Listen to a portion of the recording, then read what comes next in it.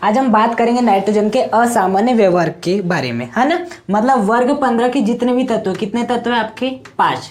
एक है आपका नाइट्रोजन, एक है आपका फास्फोरस, आर्सेनिक, एंटीमनी, बिस्मथ, है आपके 5 तत्व है। इसमें ये वाला जो नाइट्रोजन है इन बाकी सबसे बहुत अलग है, इन बाकी सबसे बहुत अलग है। और ऐसा वर्ग 15 में नहीं होता, वर्ग 16, वर्ग 17, वर्ग 18, कोई भी वर्ग उठा लो, उसका जो पहला तत्व मिलेगा वो आपको सभी जो तत्व होंगे उनसे अलग ही मिलेगा, उनसे असामान्य व्यवहार दिखाएगा। अब इसका कारण क्या है वो जानो। क्योंकि देखो, जो नाइट्रोजन का जो परमाणु आकार होता है वो सबसे पहले क्या होता है? बहुत छोटा होता है कि नहीं? परमाणु आकार बहुत ही क्या होता है? निम्न होता है। जबकि इन सब का परमाणु आकार क्या होता है? बड़ा होता है। अब यदि परमाणु आकार बड़ा है, इसका परमाणु आकार निम्न है, तो असामान्य हुआ कि नहीं? पहला। दूसरा, इसका जो आयनन विभव होता है वो भी कैसा होता है? बहुत उच्च होता है। अरे आयनन विभव बहुत उच्च होगा ना। जैसे देखो, परमाणु आकार क्या है? बहुत ही छोटा है। परमाणु आकार यदि बहुत छोटा है तो यहाँ पर जो इलेक्ट्रॉन होगा उस इलेक्ट्रॉन पर इस नाभिक का प्रभाव अधिक होगा, तो इलेक्ट्रॉन को निकालने के लिए ज्यादा ऊर्जा देनी पड़ेगी, ज्यादा ऊर्जा देनी पड़ेगी, तो आयनन विभव भी क्या हो जाएगा? ज्यादा। जबकि इन सब का परमाणु आकार बढ़ता है जिस कारण आयनन विभव क्या होता है? कम होता है। तो दूसरा कारण यह है कि इसका असामान्य व्यवहार का कि आयनन विभव बहुत उच्च है, जबकि इन बाकी तत्वों का आयनन विभव क्या है? बहुत ही निम्न है। और पहला कारण क्या था? इसका परमाणु आकार बहुत ही निम्न है, इन सभी का उच्च है। इसी प्रकार से यदि आप बात करें विद्युत ऋणात्मकता की भी, तो इसकी जो विद्युत ऋणात्मकता होती है नाइट्रोजन की, वो भी कैसी होती? बहुत उच्च होती है। क्या होती? बहुत उच्च होती है। और ये इस नाइट्रोजन को जो सबसे अलग करता है वो है कि इस नाइट्रोजन में डी ब्लॉक नहीं रहता। मतलब डी ब्लॉक की क्या होती है? अनुपस्थिति होती है। किसकी अनुपस्थिति होती है? डी ब्लॉक की अनुपस्थिति होती है ना। अब वो कैसी होती है वो देखो, नाइट्रोजन का परमाणु क्रमांक होता है 7, तो इलेक्ट्रॉन क्या हो जाएगा? 1s2 2s2 2p3 हो जाएगा। इसका क्या होता है? 3s2 3p3। इसका क्या होता है? 4s2 4p3। इसका क्या होता है? 5s2 5p3। इसका क्या होता है? 6s2 6p3 होता है। अब देखना, क्या जो दूसरा कोष होता है उसके बाद डी कक्षक होता है? नहीं होता है। पहले कोष के पास केवल एस कक्षक रहता है, इसलिए आपने कभी 1p नहीं पढ़े होंगे, होता ही नहीं है। पहले कोष के पास पी उपकोष, हाँ। 2 के पास केवल क्या होता है? एस और पी होते हैं। क्या होते हैं? एस और पी। इसलिए आप 2 के साथ आप एस भी देखते हो, पी भी देखते हो। कभी आपने 2D नहीं पढ़े होंगे, होता ही नहीं है। 2D अलग है, 2 डायमेंशन। 2D यहाँ पर कोष की बात चल रही कि मतलब 2 कोष के पास, दूसरे कोष के पास आपका डी उपकोष नहीं पाया जाता, लेकिन तीसरे कोष के पास क्या होता है? एस भी होता है, पी भी होता है और डी भी होता है। हालांकि अभी नहीं है, अभी तो हम बोल सकते कि 3D में इलेक्ट्रॉन ही नहीं, लेकिन इसके पास संभावना तो है। तीसरे के पास रहता है डी, मतलब कि इसके पास भी क्या है? डी उपकोष।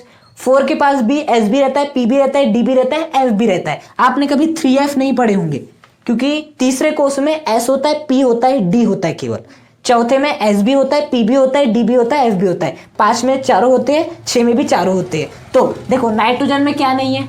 डी ब्लॉक नहीं है, डी कक्षक अनुपस्थित है। तो यही डी ब्लॉक जो अनुपस्थित है, इसी के कारण आपका क्या रहता है? नाइट्रोजन सबसे अलग होता है। ये सभी कारण सामान्य भी हो सकते हैं, लेकिन यही वो एक कारण है जिसके कारण जो नाइट्रोजन है वो इन सब से क्या है? अलग है, क्योंकि इसके पास डी कक्षक नहीं है, जबकि इन सभी के पास डी कक्षक क्या है? उपस्थित है। हाँ, अब ये नाइट्रोजन का असामान्य व्यवहार के कारण बहुत सारे गुणधर्म होते हैं, हाँ, जो कि हमें मतलब कि बहुत सारी असमानताएं होती है, वो हमें देखना है। हाँ, जैसे देखो, आपकी यदि मैं बात करूं नाइट्रोजन की, हाँ देखो, जो आपका एक नाइट्रोजन है और जो आपका दूसरा नाइट्रोजन है, क्या आपका जो एक नाइट्रोजन है और जो दूसरा नाइट्रोजन है, वो कभी भी एकल बंध का निर्माण नहीं करते। किसका निर्माण नहीं करते? एकल बंध का निर्माण नहीं करते हैं। हाँ, अब एकल बंध का निर्माण क्यों नहीं करते? जबकि ये जो फास्फोरस है ना, वो तो एकल बंध का निर्माण बहुत ही आसानी से कर लेता है, आर्सेनिक भी, एंटीमनी भी, बिस्मथ भी। लेकिन ये जो है नाइट्रोजन, वो एकल बंध का निर्माण नहीं कर पाता, वो द्विआबंध का भी निर्माण नहीं कर पाता, केवल और केवल त्रिआबंध का निर्माण करता है। अब उसका कारण क्या है? वो भी इसके असामान्य व्यवहार पर ही डिपेंड करेगा। देखो, इसका जो परमाणु आकार है वो कैसा है? बहुत ही छोटा है। अब यदि परमाणु आकार कैसा है? बहुत ही छोटा है, इसके बीच आपके जो बंध बनेगा, इसके बीच जो बंध बनेगा, तो देखो बंध बन गया आपका। अब इसका इलेक्ट्रॉन कितना होता है? 1s2 2s2 2p3 होता है। p में कितने इलेक्ट्रॉन, 3 इलेक्ट्रॉन, और p में उपस्थित इलेक्ट्रॉन को क्या कहते हैं, पाई इलेक्ट्रॉन कहते हैं। हाँ, मतलब ये पाई इलेक्ट्रॉन इस प्रकार से क्या रहते हैं आपके, व्यवस्थित रहते हैं। क्या रहते हैं, इस प्रकार से व्यवस्थित रहते हैं। और जो इनकी जो बंध लंबाई भी होती ना, वो भी क्या होती, बहुत कम होती है। इस प्रकार से क्या रहते हैं, वो व्यवस्थित होते हैं, होते इस प्रकार से व्यवस्थित। अब देखो यहाँ पर क्या उपस्थित है, इलेक्ट्रॉन उपस्थित है। क्या उपस्थित है, इलेक्ट्रॉन उपस्थित है। तो मतलब ये वाला इलेक्ट्रॉन इस इलेक्ट्रॉन को क्या करेगा, प्रतिकर्षित करेगा। क्या करेगा, प्रतिकर्षित करेगा, जिस कारण ये वाला जो बंध है वो टिक ही नहीं पाता। क्या करना है, टिक नहीं पाता। अब टिक नहीं पाता मतलब एकल बंध टूट जाता है। यदि द्विआबंध भी रहे तो ये वाले जो इलेक्ट्रॉन है वो प्रतिकर्षण करके उसे तोड़ देते हैं। हाँ, लेकिन यदि त्रिआबंध आ जाए तो ये थोड़ा बंध नहीं टूट पाता। क्या नहीं हो पाता, बंध नहीं टूट पाता। हाँ, तो जो नाइट्रोजन होता है दूसरे नाइट्रोजन के साथ किस आबंध का निर्माण करता है, त्रिआबंध का निर्माण करता है। और त्रिआबंध का निर्माण क्यों करता है, क्योंकि यदि वो एकल बंध और द्विआबंध बनाता है तो जो वो स्थायी नहीं है उस अवस्था में, एकल बंध बनाने की स्थिति में और द्विआबंध बनाने की स्थिति में वो स्थायी नहीं है, वो टूट जाता है। क्योंकि उसके ऊपर जो पाई इलेक्ट्रॉन रहते हैं वो क्या करते हैं, एक दूसरे को प्रतिकर्षित करते हैं, जिस कारण वो बंध टूट जाता है और एकल आबंध और द्विआबंध नहीं रहता है। मतलब एकल आबंध और द्विआबंध बना नहीं रह पाता। हाँ, जबकि त्रिआबंध मजबूत होता है, जिसके कारण यदि इनके मध्य प्रतिकर्षण भी होता है तो भी ये क्या कर लेते हैं, आसानी से रह लेते, बंध आपका नहीं टूटता है। तो एक नाइट्रोजन और दूसरे नाइट्रोजन के बीच में क्या पाया जाता है, त्रिआबंध पाया जाता है। क्या पाया जाता है, त्रिआबंध पाया जाता है। जबकि ये जो फास्फोरस, आर्सेनिक, एंटीमनी, बिस्मुथ, इनका आकार क्या है, बड़ा है, आकार बड़ा है। तो इनके ऊपर जो पाई इलेक्ट्रॉन रहते हैं, बेसिकली जो पाई इलेक्ट्रॉन रहते हैं उनके मध्य जो प्रतिकर्षण होता है वो उतना अधिक नहीं होता, कम होता है। अब यदि प्रतिकर्षण कम होगा तो बंध क्या रह सकता है, अपने आप में स्थायी रह सकता है। क्या कर सकता है, स्थायी रह सकता है। हाँ, अब देखना, मतलब कि फास्फोरस, आर्सेनिक, एंटीमनी, बिस्मथ ये सभी एकल आबंध बनाते हैं और ये कितना बनाता है, त्रिआबंध बनाता है। अब यहाँ पर और एक बात देखना, और ये सब क्यों हो रहा है, क्योंकि इसका परमाणु आकार बहुत छोटा है, क्योंकि असामान्य व्यवहार दर्शाता है। हाँ, अब देखना, यदि ये त्रिआबंध का निर्माण करता है तो त्रिआबंध बनाने वाला कभी भी श्रृंखला नहीं बना सकता। बना सकता है कि श्रृंखला नहीं, मतलब कि आपको ऐसा कभी नहीं देखने मिलेगा कि नाइट्रोजन ऐसी श्रृंखला बना रहा हो तीन बंध के साथ।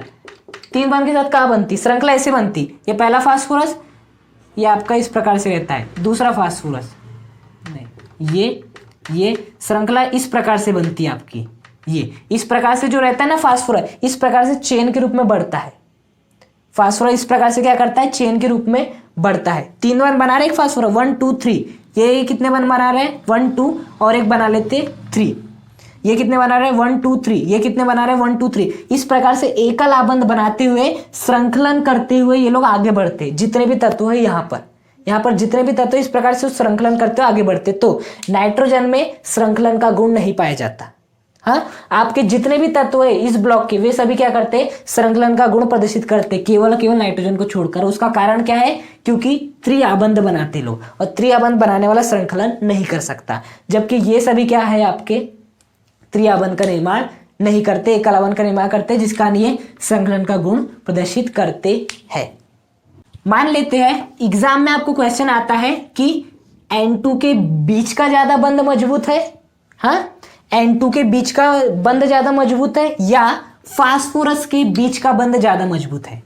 N2 के बीच का बंध ज्यादा मजबूत है या फास्फोरस के बीच का बंध ज्यादा मजबूत है, ये पहला क्वेश्चन है। हाँ, दूसरा क्वेश्चन ये है, नाइट्रोजन सिंगल बॉन्ड नाइट्रोजन ज्यादा आपका प्रबल है या फास्फोरस सिंगल बॉन्ड फास्फोरस ज्यादा प्रबल है, आपको ये बताना है।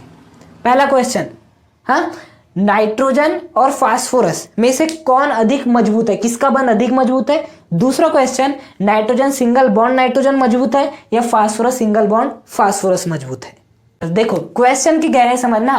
N2 का मतलब है कि आपका जो बंध है वो बन चुका है, नाइट्रोजन और दूसरे नाइट्रोजन के बीच का बंध बन चुका है। और हम सभी जानते हैं नाइट्रोजन और दूसरे नाइट्रोजन के बीच कौन सा बंध होता है, त्रिआबंध होता है।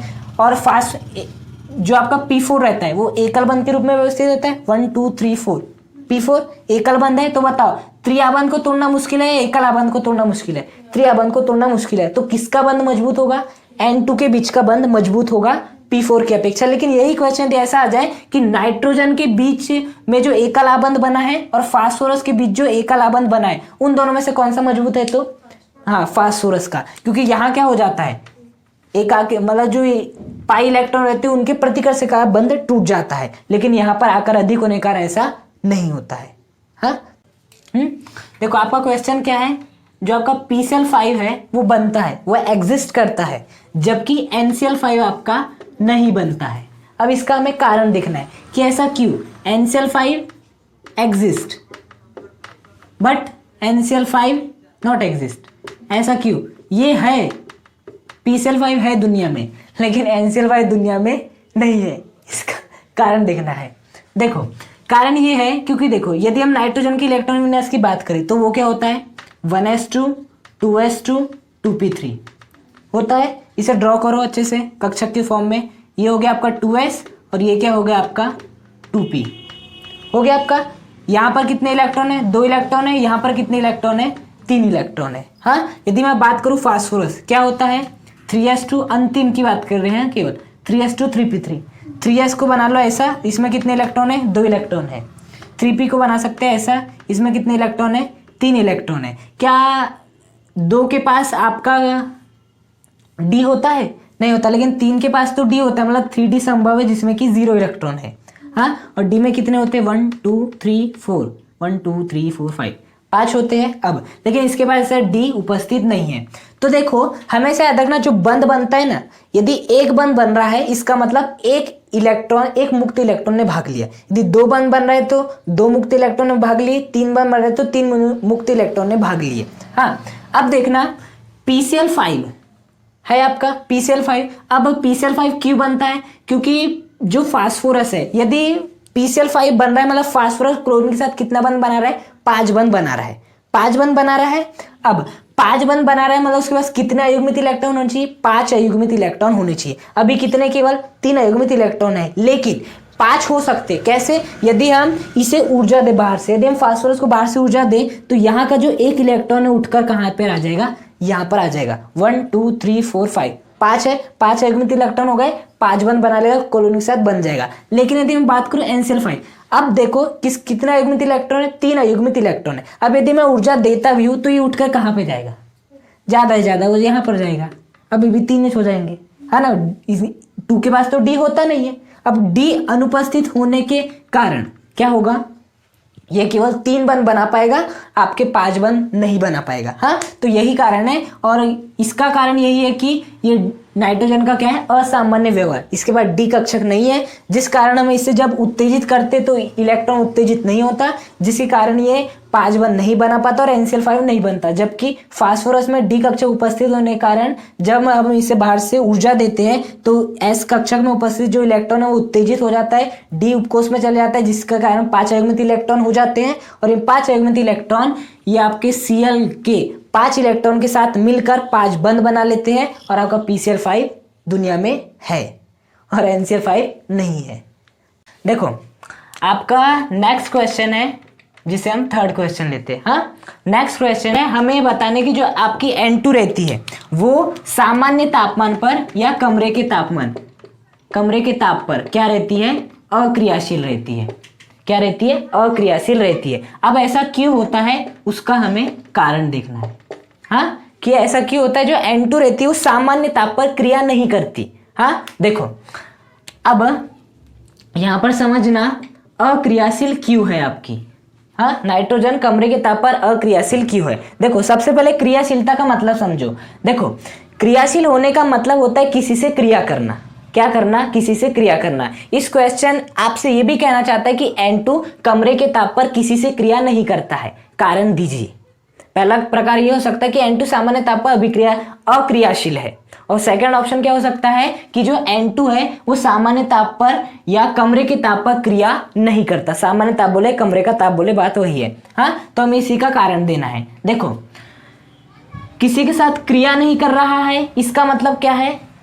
जैसे कि आपका N2 किसके साथ अभिक्रिया करता है? H2 के साथ अभिक्रिया करता है और क्या बनाता है? आपका NH3 बनाता है। अमोनिया का क्या करता है? निर्माण करता है। मतलब यहाँ पर N2 H2 के साथ अभिक्रिया कर रहा है। हाँ, लेकिन क्वेश्चन क्या बोल रहा है कि N2 सामान्य ताप पर यह अभिक्रिया नहीं करता। यहां पर हमें तापमान क्या लेना रहता है, उच्च लेना रहता है, तापमान उच्च लेना रहता है। तो ऐसा क्या होता है कि N2 सामान्य ताप पर एक कमरे के ताप पर किसी के साथ क्रिया नहीं करता। यदि मान लेते हैं यहां पर तापमान कितना है, 25 डिग्री सेल्सियस है, तो आपका नाइट्रोजन हाइड्रोजन के साथ क्रिया नहीं करने वाला।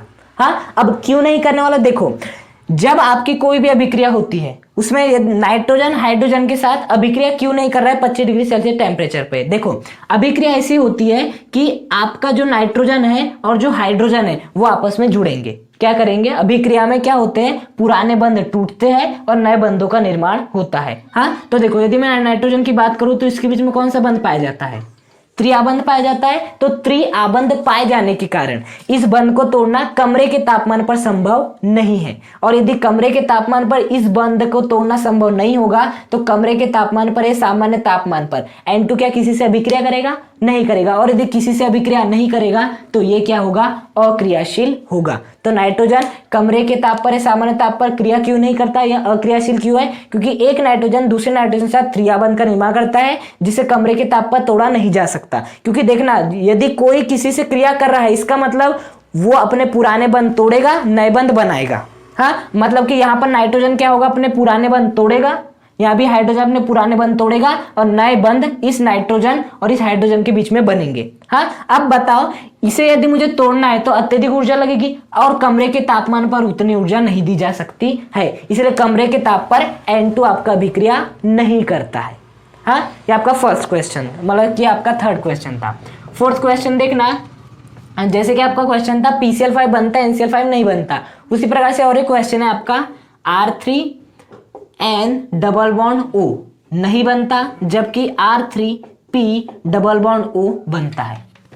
हाँ, R3N डबल बॉन्ड O नहीं बनता जबकि R3P डबल बॉन्ड O बनता है। देखो यहां पर यदि मैं बात करूं नाइट्रोजन कितने बंध बना रहा है, 3 बना रहे इस R के साथ, 3 बंध बना लिया और 2 बंध बना रहे इस ऑक्सीजन के साथ, मतलब वो कुल कितने बंध बना रहे हैं, 5 बंध बना रहे हैं। 5 बंध बना रहे उसके मतलब 5 अयुग्मित इलेक्ट्रॉन भी होने चाहिए, 5 अयुग्मित इलेक्ट्रॉन भी होने चाहिए। यहाँ फास्फोरस कितने बंध बना रहे हैं, 3 इसके साथ बना रहे हैं और 2 इसके साथ बना रहे हैं, मतलब इसके ये कितने बंध बना रहे हैं, 5 बंध बना रहे हैं। दोनों ही 5-5 बंध बना रहे हैं, मतलब दोनों के पास से कितने अयुग्मित इलेक्ट्रॉन होने चाहिए, 5 अयुग्मित इलेक्ट्रॉन होने चाहिए। अब इसका इलेक्ट्रॉन विन्यास लिखो, 1s2 2s2 2p3 होता है। इसे व्यवस्थित करना चाहे तो ये हो जाएगा आपका 2s में 2 इलेक्ट्रॉन और 2p में कितने इलेक्ट्रॉन, 3 इलेक्ट्रॉन।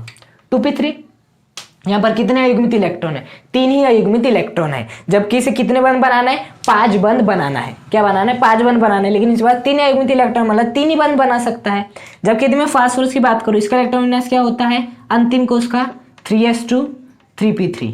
हाँ, देखो 3s में कितने इलेक्ट्रॉन, 2 इलेक्ट्रॉन। हाँ, और p में कितने इलेक्ट्रॉन, 3 इलेक्ट्रॉन, 1 2 3। p में कितने इलेक्ट्रॉन, 3 इलेक्ट्रॉन। अब बताओ बंध कितने बनाना है, 5, लेकिन कितने अयुग्मित इलेक्ट्रॉन है, 3 ही अयुग्मित इलेक्ट्रॉन है। तो क्या ये 5 बंध बना पाएगा, नहीं बना पाएगा। लेकिन तीसरे कोष के पास और एक कोष होता है आपका D, होता है 3D। अब 3D यहाँ पर क्या है, 0 है, मतलब 3D क्या है, पूरी तरह से आपका खाली है।